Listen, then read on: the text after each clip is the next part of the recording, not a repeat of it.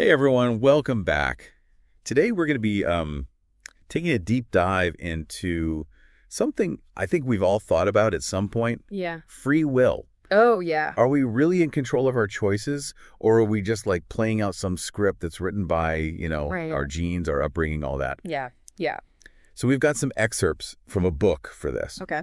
It's called Innate: How the Wiring of Our Brains Shapes Who We Are. Pretty cool title, huh? Catchy. And it's tackling this big question, can we really, want what we want? It's a huge question. I know. Yeah. Like, if our brains are just these, physical systems that are all shaped by, like I said, Yeah. genetics, experiences, all that, then where does free will even come in? Exactly. Yeah. It's a question that's been around forever. Right. Philosophers, scientists, we've all been trying to figure it out. Totally. Okay, so the book starts off by addressing this fear a lot of people have. Okay. Like, what if we're just puppets of our DNA? What if our genes, predetermine everything about us? Kind of a bummer. Yeah. It can be a little bleak. For sure.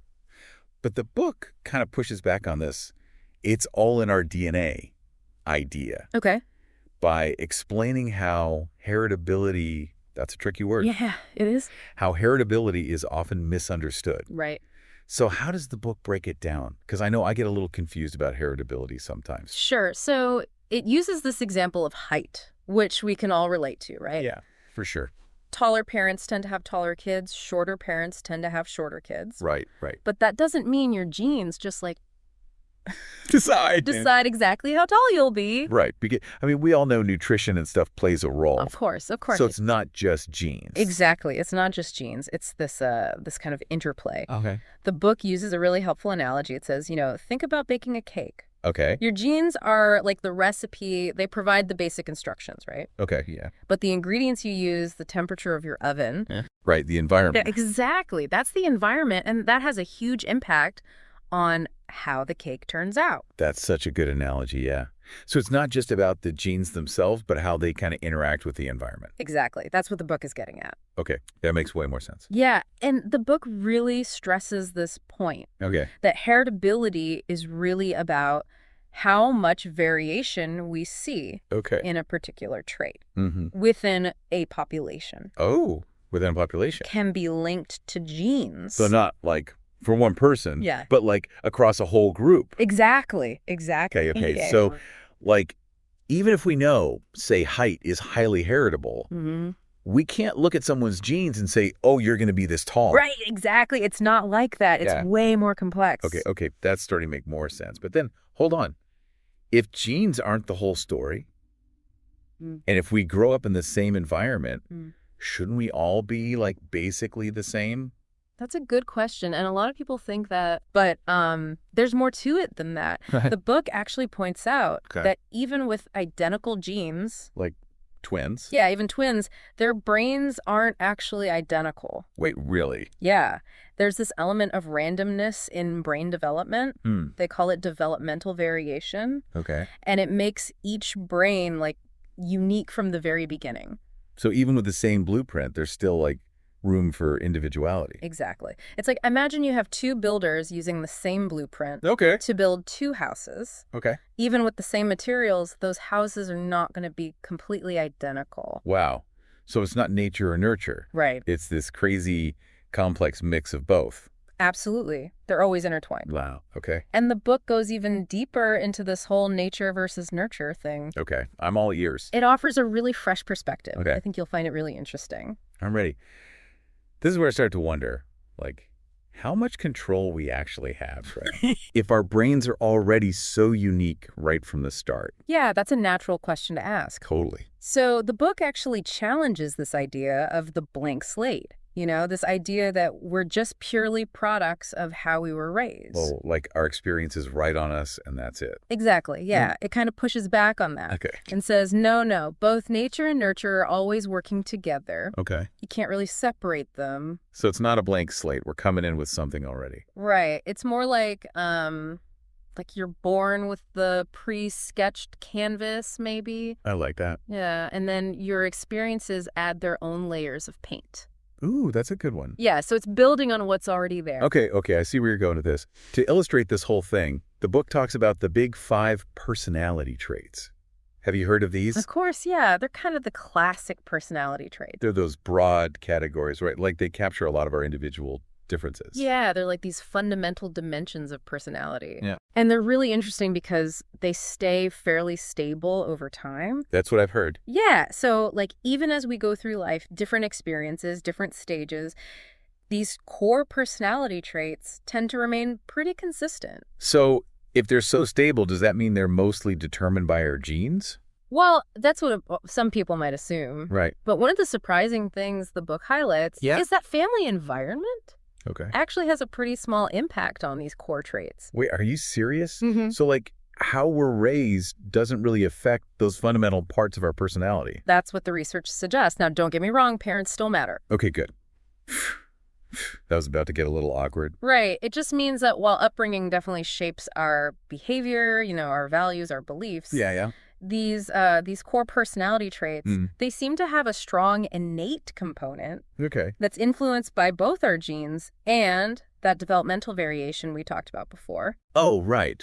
So we're not blank slates, but we're not totally controlled by our genes either. Yeah, exactly. It's this balance. So we have these predispositions, these tendencies, but how they play out, well, that's a whole other layer of the puzzle, right? Exactly. It's about how those predispositions turn into the habits and actions that shape our lives. Okay, so we've got nature and nurture setting the stage. But how do we go from those predispositions to actually making choices? Yeah. That's where I'm really interested to see what the book has to say. Yeah, it's a fascinating journey. So we're not just puppets, right? Mm-hmm. We have these tendencies, these predispositions, but they're not calling all the shots. Right, yeah, they're more like starting points. Okay. They influence how we interact with the world, how we learn. Yeah. But they don't, dictate every single action we take. So it's like, okay, we've got all these different ingredients, right? Yeah. Our genes, our upbringing, even those random brain development things we talked about, all mixed up in a bowl. It's a good analogy. And then, depending on how we stir that bowl, like how we interact with our environment, exactly, we end up with this unique recipe. Yeah, you got it. Our own personality. Our own unique blend. Okay, that makes sense. But how does that recipe, translate into behavior? Yeah. How do we go from those predispositions to making choices every day? That's where habits come in. Oh, habits. Have we think about it? We all have those. All the things you do automatically. Oh, yeah. Every day, brushing your teeth, driving to work, even just scrolling on your phone. Those are all habits. Right. Things we've learned and reinforced over time. It's amazing how much we do without even thinking. It's super efficient, actually. It is, I guess. Yeah, it frees up our brains to deal with new stuff. Oh, okay. Unexpected things, which, keeps us alive. Exactly. Crucial for survival. I never thought about it that way. Yeah. Imagine if you had to think about every step of, brushing your teeth. Oh, my gosh. Every single morning. Right. You'd never get anything done. That's so true. But, we tend to focus on the bad habits. Yeah, right? That's true. Like, oof, I need to stop doing that. Right. But you're right. Most of them are probably helpful. Yeah, for sure. Okay. But if they're so automatic, how do we even form habits in the first place? Well, that's where reinforcement learning comes in. Oh, okay. It's basically... like training our brains? Kind of. It's like your brain's constantly learning what works and what doesn't. Okay. Based on what happens after you do something. Okay. So you do something, it leads to a good outcome. You do it again. You're more likely to do it again. You do something, it leads to a bad outcome. Less likely. Less likely to repeat it. Okay, so it's like our brain's running these little experiments all the time. Exactly. To figure out what's good, what's bad. What gives you rewards, what causes you pain. So we're not just passively responding to everything around us. Right. We're actively shaping our behavior based on what we learn. Okay, I like that. But how does that work for bigger decisions? Yeah. The ones that aren't just automatic habits, like choosing a career or whether to get married or, those big life goals. Right, the big stuff. Yeah. That's where it gets even more interesting. Okay. The book uses the example of becoming a doctor. Okay. That's not just one decision, right? Oh, yeah. It's a whole bunch of choices and actions. Years of school. Exactly. And the book calls these higher level habits. Okay. Heuristics. Heuristics. What's that? They're like mental shortcuts. Oh, okay. That help us make decisions faster. Okay. Yeah, I use those. Like say you're trying to choose a healthy meal at a restaurant. You might have this heuristic, okay, avoid anything fried. That's a good one. It's not perfect, right? But it helps you narrow things down. Like a brain's trying to be efficient, right? Exactly, especially when there's so much information out there. Oh, for sure. Okay, and what was the other thing you said? Self-regulation. Self-regulation, okay. It's kind of like the control center in your brain. Okay. Helps to plan, prioritize, resist temptations. Okay. Stay focused on your goals. So, like, if you want to be a doctor, self-regulation's helping you study for those exams. Exactly. Even when you'd rather be out having fun. Right. It's tough, but it's how you reach those goals. So it's like we're making decisions about our future decisions. Exactly, yeah. Constantly adjusting, learning. So brain's always working. But are we really any freer than if we were just following our instincts? I mean, there's all these mental shortcuts and self-control and all that. That's a great question, and that's where the book takes this really fascinating turn. Okay, tell me. It starts talking about character. Okay, character. So we've talked about personality traits. Yeah, but character's a little different. How so?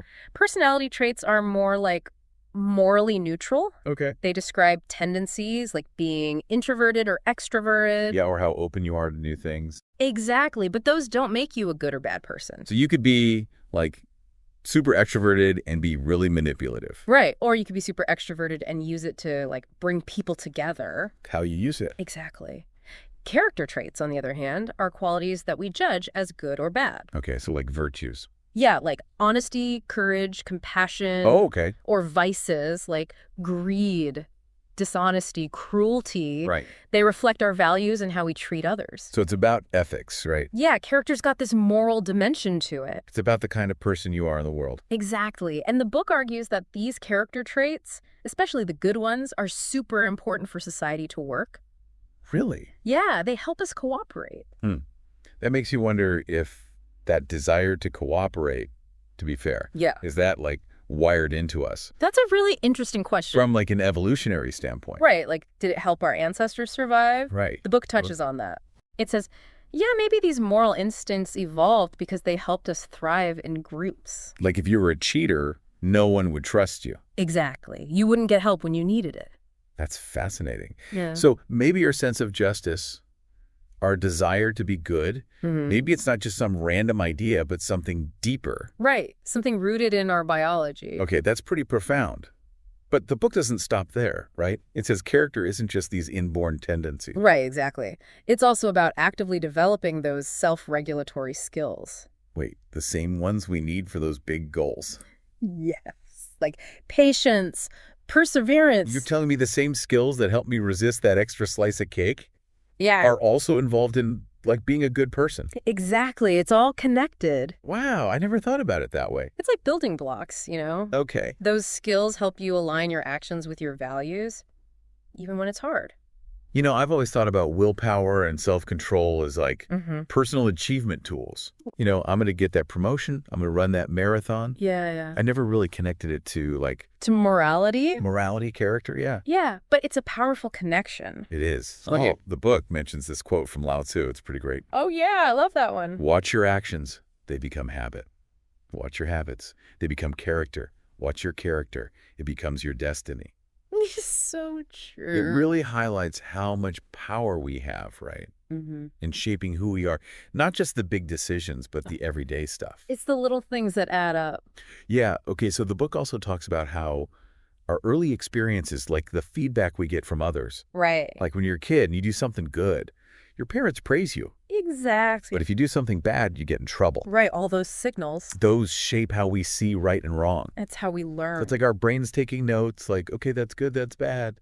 Building that moral compass. And then that becomes like our own conscience. Exactly. Yeah. So we're not just reacting to all these predispositions. No, we're not passive. We're actively creating our character. Through choices, experiences, it's all part of it. It's like we're both the artist and the artwork. That's beautiful, yeah. Constantly changing, growing. Always becoming. Okay, but that brings us back to free will. Right, the big question. If we're shaped by so much biology, experience, feedback from others, where does that leave us? Yeah, are we really making our own choices? Right, we're starting to see how it all fits together. Yeah, it's all connected. But are we truly free? That's where the book really gets into it. Okay, I'm ready. It challenges some of our assumptions about what free will even means. Okay, I'm listening. And it asks, is true freedom even possible. Given all these influences, yeah. Exactly. Okay, so we've talked about genes, experiences, those random quirks in our brains. Right. And how habits and characters shape our choices. Yeah. But the big question's still there. Yeah, that's the one we keep coming back to. Free will. It's a tricky one. It feels like we're both shaped by all this stuff we can't control. Yeah, it's like we're playing with a hand we've been dealt. Right. But then, at the same time, we're responsible for our choices. It's a paradox. So how does the book, bring those two things together? Well, it dives into this whole philosophical debate about free will. Okay, yeah. And it challenges this idea that to have free will, you have to be completely unconstrained by your past. So it's questioning that idea that to be truly free, you have to be totally independent of your genes, upbringing, all that. Exactly. It asks us to imagine what would that even look like. Okay, yeah. Absolute freedom. I'm listening. No preferences, no past experiences, no goals. How would you even make a choice? I don't know. Every option would feel the same. Exactly. The book argues that kind of freedom actually becomes meaningless. Right. There's no basis for choosing, no sense of self, no you. Right, there's no you to even make the choice. It's like a puppet with no strings that can't do anything. So it's saying this idea of being totally untethered from our past, from everything that made us who we are. Yeah. It just wouldn't work. It wouldn't make sense as a definition of free will. It's like trying to build a house with no foundation. Exactly. You just collapse. Okay, so then what is a good way to think about free will? The book presents this view called compatibilism. Compatibilism. It's the idea that free will and determinism, the idea that everything's caused by things that happened before, they're not actually opposites. So it's not about denying that our past shapes us. Right. It's about recognizing that we can still make choices within those limits. Exactly. We're free to act based on our reasons, our desires. Which come from our past, but aren't totally controlled by it. Exactly. It's not freedom from all constraints, but freedom to act in line with who we are. So it's like we're characters in a story. Yeah, I like that. The story's already started, but we can still influence what happens next. Our genes, our upbringing, they're all part of the story so far. But we're not just reading along, we're helping write the next chapter. That's a really cool way to think about it. So it's not about denying the influence of the past, right, but recognizing that we have agency. Yeah, we have the ability to make choices that match the person we want to be.